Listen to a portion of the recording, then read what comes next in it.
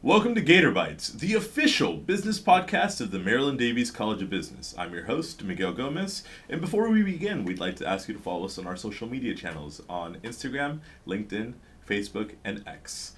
With us today is Dr. Richard Conde. Welcome to the program. Thank you. Yes. Appreciate the opportunity to join Gator Bytes and have a nice discussion. Very nice. Yes. Well, today we're here to talk to you about the art of sales. I know that that's something that's definitely in your wheelhouse as a professor of sales here at UHD. But, to start off, tell us about a few things about you. We want to know about your career as a sales executive, as a consultant, and tell us about the sales MBA program here at UHD.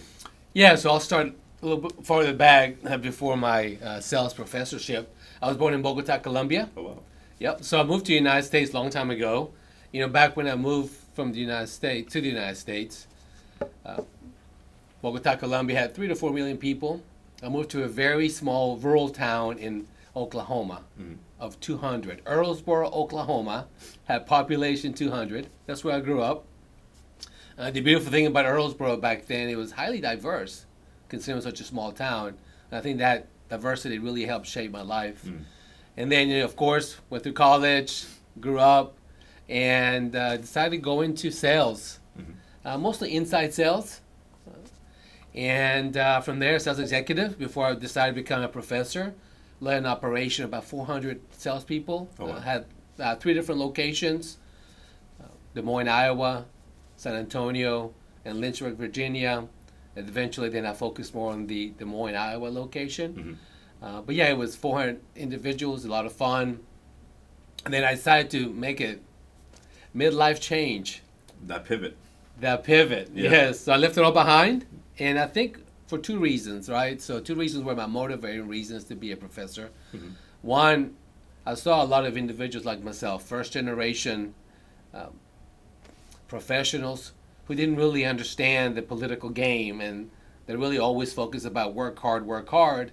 But when you're in corporate America or any business, there's a political game you have to learn how to play. And my thought was, if I can influence those individuals earlier on, they might have a better opportunity to learn the game and succeed at that game. And the second, I always had a kind of research question about inside sales. Was it really sales? Was it not really sales? So I really decided to leave it behind, my sales executive career, and get my PhD. Wow. Yep, and henceforth at the University of Houston downtown. Wow, well, that's such an amazing path, and you're right. One of those things that is really fascinating about sales is being able to understand where's the next sale going to come from, and what are the motivating factors behind it, and just to ask you, tell us a little bit about that research that you're doing in sales, and what are some of the types of questions you're trying to answer? Yeah, so most of my research really is about the sales culture and how culture drives outcomes. Right. So if I think back about my executive career, and I think about some of the successes that I had, at the time I didn't know it was patterned after self-determination theory. So one of the things I really try to focus on as a sales leader is create a culture. And really the culture that I tried to create was based on 3 key items. Autonomy, allowing people to have autonomy over their jobs or outcomes. Increase people's competence, which is really about their ability to grow and learn, and also allow them to choose what they want to learn. And the last is that relatedness.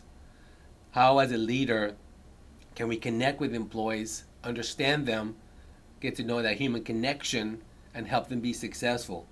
So at the time, I didn't know self-determination theory when I was an executive. I just thought I want to treat people the right way. My thought really was twofold. Number one, I respect people, not titles. And number 2, the best idea has to win. In most corporations, the best idea comes from the highest level executive. My thought was, whoever has the best idea, that has to win. And generally, my belief was people doing the work are generally closer to that idea because they do the work. So the culture I created was really around facilitating success, having conversations, giving people autonomy. And I think that was really the catalyst for the success that we had as a sales organization, going from 65 million to over 100 in 3 years with actually fewer salespeople. I think it was really around the culture and the support, but yet the accountability because we are all accountable for our actions. And then that led me to my research. Most of my research is grounded on self-determination theory, which talks about autonomy, competence, and relatedness, and really how when leaders create those culture, they have better outcomes. People are happier, salespeople sell more, but that philosophy also transfers to any type of business, not just sales. So if leaders can create those three aspects, consistency, they will have very successful organizations. That is so fascinating because ultimately culture is what makes or breaks an organization. It's what drives an organization forward and allows it to either stand the test of time or crumble like dust in the wind. So I want to ask you, what in your experience as a sales leader and as an executive is the way to build a winning culture, and how do you reduce turnover in an organization? Yeah, that's a great question. So my philosophy is culture is the worst behavior that you allow. Mm. If whatever behavior you allow, those are your cultural items. So one, you really have to have the courage to hold people accountable to what you believe. So for me, it was I respect people, not titles. Best idea has to win. How do we support people? How do we help them be successful? Mm. And everything is surrounded around those aspects. And those aspects have to follow from the top down. And facilitating people to have the ability to do those things and empowering people to make decisions. My belief is that most organizations are too hierarchical, and they tend to focus on what the boss says. And specifically in sales organizations, everything is tied to an incentive program. Mm. Now, most academic research does not support the current sales compensation structures. I do something in class in my sales management class. I ask all the students, and I've done this for almost now 4 years, the fifth year coming up. I ask them, think about your dream job, whatever that might be, whatever your dream job is. Mm-hmm. Then I say, raise your hand.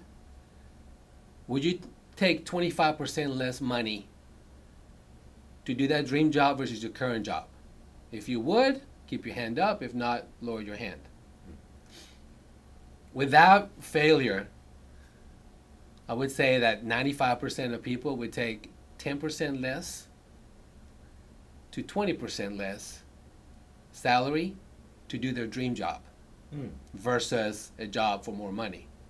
Now, Gallup supports this. Most of the employee engagement research supports the fact that people don't really stay at work for money, that other overarching principles. The challenge with sales is that most sales leaders depend on incentives to drive behaviors. So if you take a step back, if it was that simple, you would just pay more and you would get people to do what you want them to do. Right. But we're more complex. We're more complex human beings. And I think it all comes back to how you lead people, how you support them, coaching, developing. But that takes an art. It's not as simple as saying, hey, Miguel, if you do this, you get $5 more. Well, if it was that easy, we would all do it. Right. And you get the results you want. So to me, my research also counters the current sales compensation methodology. It doesn't support it along much other research, but there's a disconnect between what industry does versus what science knows, and that connection hasn't been made because most individuals who are sales leaders were former sales agents, and they do what they know, and they think, well, if I offer you more incentive, it's going to be better. Research supports about 20% of the people are really motivated by money. The rest of us aren't. Wow, that's so fascinating to hear, because the conventional wisdom is that if you pay more money, that people will naturally gravitate in that direction. But you don't really see that. People want a combination, like you said, of their different factors that affect their lives, whether it be family, work-life balance, and if they're in their dream career or their dream role, but they're paid just a little bit less. It's really surprising to hear that people would really go in that direction. But it's also a bit comforting. The fulfillment factor is a big thing, especially whenever trying to find what drives and motivates people. Ultimately, that just leads me to my next question. You were able to go from $65 million in sales to over $100+ million in sales in 3 years with your sales organization. What's the key to building high-performing teams? And like you said, what is the key factor of success? Yeah, I think there are many variables. As I reflect back on that time in my life, I also think about the employee engagement results. Mm-hmm.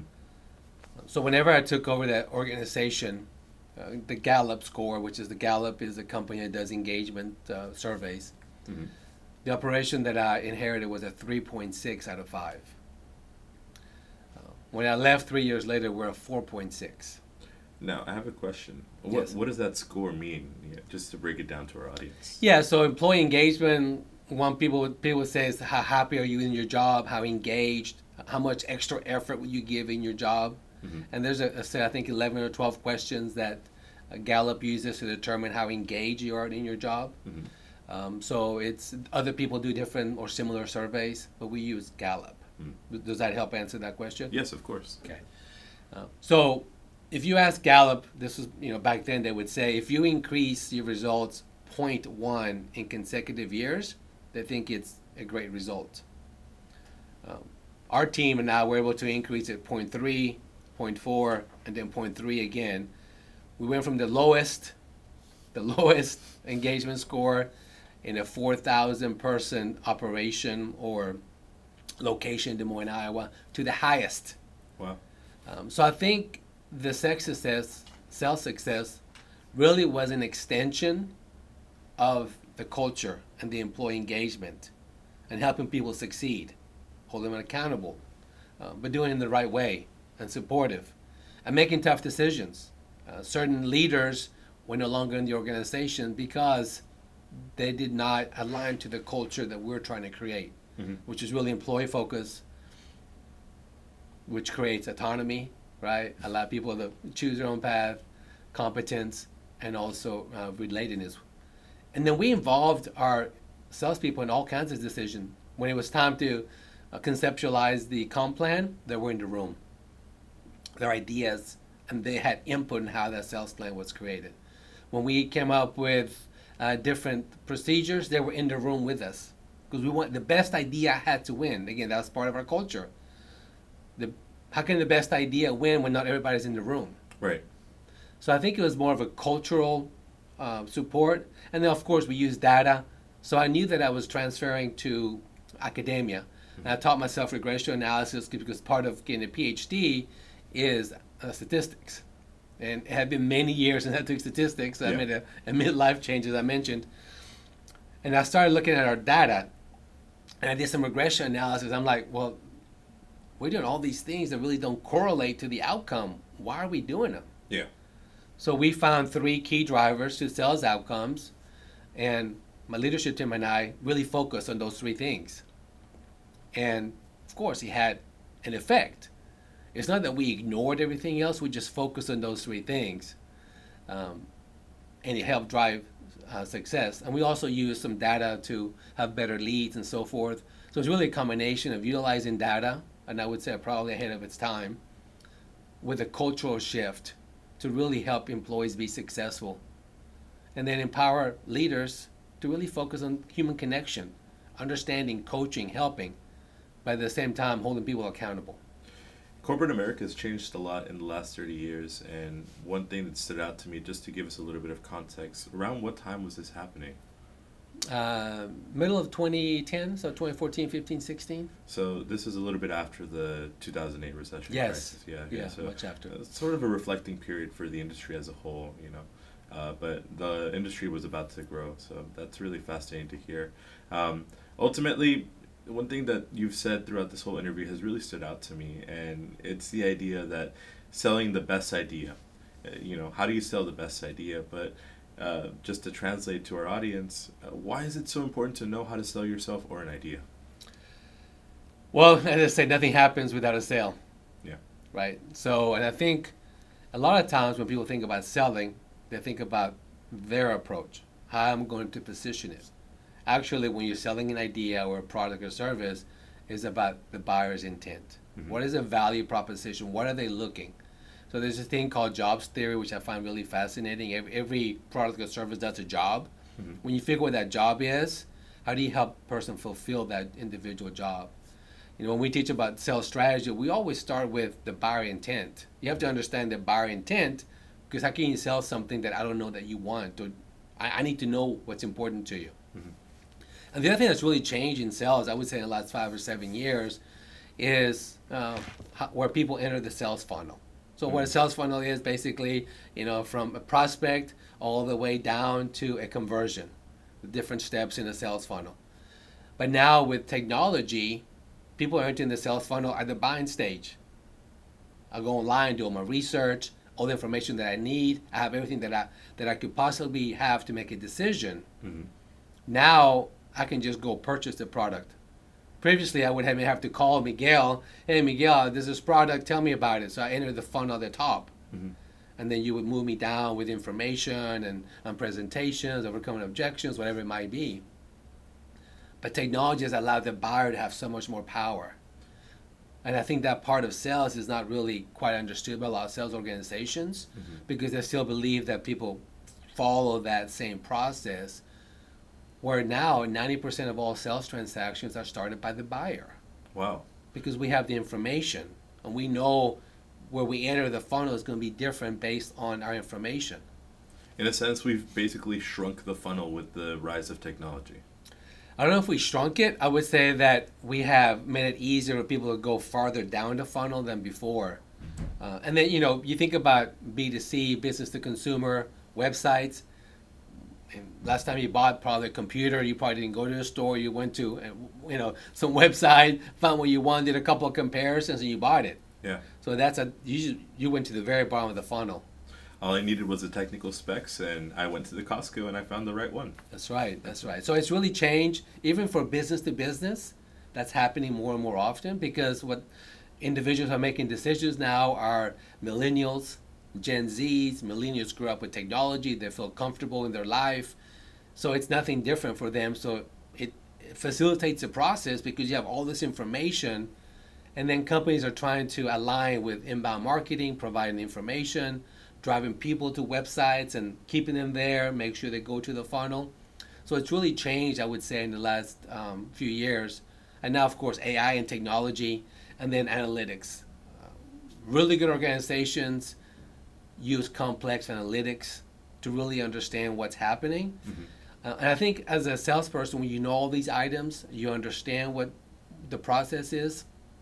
But then also the most important is presenting to your target audience, to the customer, understanding what their communication style, and all those things together help you sell an idea, help you sell a product or service. But it's multifaceted, it's more complicated because of data and technology. And don't even get us started on the rise of AI, because it's a brave new world at this point, but it's a far cry from whenever I was in my last role working at a digital marketing agency. We worked with B2B clients, and these were a lot of industrial procurement managers who would just hop on Google and they would just look up, I need this type of specific grade of aluminum for an airplane or for oil and gas facility, something like that, and that's how you connected buyers. But the way that people navigate to the final decision point in their sales journey has shrunk so much in these last 10 years. So I'm excited to see how close we're able to get in the coming years whenever it comes to converting. But just to translate it to the day-to-day for a lot of the people, how do we apply these concepts to our lives? Yeah, so number one, understand the other person. Take time to understand that not everybody communicates like we do. Mm-hmm. So for example, I'm a driver. That's just my personality style. If you're going to communicate to me, get to the point, give me bullet points. I don't need a lot of fluff. I don't need all this information. But people are different. Mm-hmm. There's different ways. People have different personalities. Number one is really understand the other individual. How do they communicate? What's their preferred communication style? That allows you to ebb and flow your approach. Mm-hmm. You're able now to change how you say something to somebody, and by that change, they're more open to the idea. Also try to understand what's important to them. Many times, we're more worried about what's important to us. Mm-hmm. So if you think about whatever you're selling, idea, the job, whatever, try to understand other people's perspective. Again, because that way you can position the value proposition, whatever you're offering. If it's an idea at a job or a presentation, once you understand that as soon as you can, then you can position the benefits of what you're proposing the way they want to hear it. Right. So, generally, what happens in sales and in most business transactions, it's about what can I get out of it, what's in it for me, versus really taking a step back, understanding your prospect, your client, and that can be defined many different ways. What's important to them, how do you communicate to them, how do you make their life easier, how do I solve their problem? Right. You're trying to solve other people's problems. And if you can shift your mind to focusing on others' problems, you'll be so much successful in selling anything you want to do. I always like to think about people's pain points, like what is the root cause of the issue and how can you help solve it, and whether it's entering a job role, whether you're the solution or you're selling a solution as a salesperson, it goes both ways. The class of 2023 is graduating this fall. As someone who's a sales professional, as a consultant, as a professor, what advice would you have to the class of 2023 on selling themselves and defining what success means to them? Well, I think to me those are two different things, right? Defining how to sell themselves and what success means. I think how to sell themselves is what we just talked about, understanding the other perspective. In today's day and age, there's so much information available. There is no reason why you should come into a conversation unprepared. You can find Google, Chat GPT, whatever you need to learn about the topic. And whenever you enter the conversation, whether it be with a recruiter, with a new boss, with a current boss, whatever, you can come prepared with information. So that's the easy part. I'm always surprised that people don't do that, especially in today's day and age. Again, communicate to the other person. That's really important. And I think for a new graduate, networking. But again, most people hear networking, they hear, hey, I'm going to send Miguel a LinkedIn request. He's part of my network now. So we're LinkedIn. He's my network. He is not your network. I always joke around and tell students, network's like dating. You have to keep it up. You have to, hey, how's it going? But not about yourself, but about them. Hey, I saw this article you might be interesting that you may want to read. Hey, this is something that I could use your perspective. You need to network with individuals because in life, it's amazing how your network pays off. Bad networkers make it about themselves. And I think the other thing that I would say about being successful, I think we do is disjustice to new graduates to talk about being their authentic self. Right. Now, it's a little bit controversial what I'm about to say, but companies have their own culture. Every company, large or small, has their own culture. They don't. If you have a company of 1,000 people, you don't have 1,000 different cultures of your authentic employee self. Right. Right. The job of an employee is try to be as authentic as possible within the realms of the company culture. Now, it's easier if the two are more aligned. But again, I know nobody, regardless of background, who is not a little bit different at work, right? And I think when we tell people be authentic self, be you, you have to align to the company culture. There are certain norms that companies have. There are certain rules, regulations, unwritten rules. The quicker you understand those things, the more you're able to leverage that information. Your ability to, I call play the game, is going to make you more successful than thinking that your authentic self. Because again, as a culture, as I'm driving my culture, when I have my team of 400 people, there's a culture in place. Right.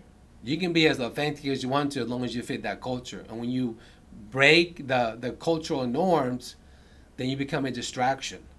Right. I always think about back in the day, the San Francisco 49ers, their head coach, Walsh, he would release their best players. He would release good players because they didn't fit the culture. He realized that culture was more important than individual and maybe a high performer. So the reason I think it's important because, again, we're in this age of authenticity. I get it. It's important to be who you are, but you have to align to what the culture of the company is. If not, you'll be a standout and you won't last there long. And that happens all the time. That's so fascinating because I feel that culture is ultimately what keeps people in and or drives people out. And like you said, this idea of being authentic and your individual self is really important. But you added the key caveat of within the realm of the culture. You have to understand that there are certain norms, such as being prompt in terms of your communication or being able to deliver projects by a deadline. All those things come into play as you become more experienced and you become more of a professional in your industry. And I think that's something that is sometimes just learned. It takes time to learn that skill. And like you said, to play the game is a whole different set of rules as well that you learn as you go along as a professional. But with those tips that you provided to the class of 2023, I think they'll be well on their way. And I think that it's one of those things that I'm excited to see their rise, and it just takes some time to be able to learn those rules. But thank you so much for coming out to the program today, Dr. My Conde. pleasure. This has been Gator Bytes, the official business podcast of the Maryland Davies College of Business. I'm your host, Miguel Gomez. Our producers have been Ricardo Saint, Victor Henson. Our set designer is Evangelina Vasquez. And we want to remind you to always take out a bite out of business, and we'll see you later, Gators.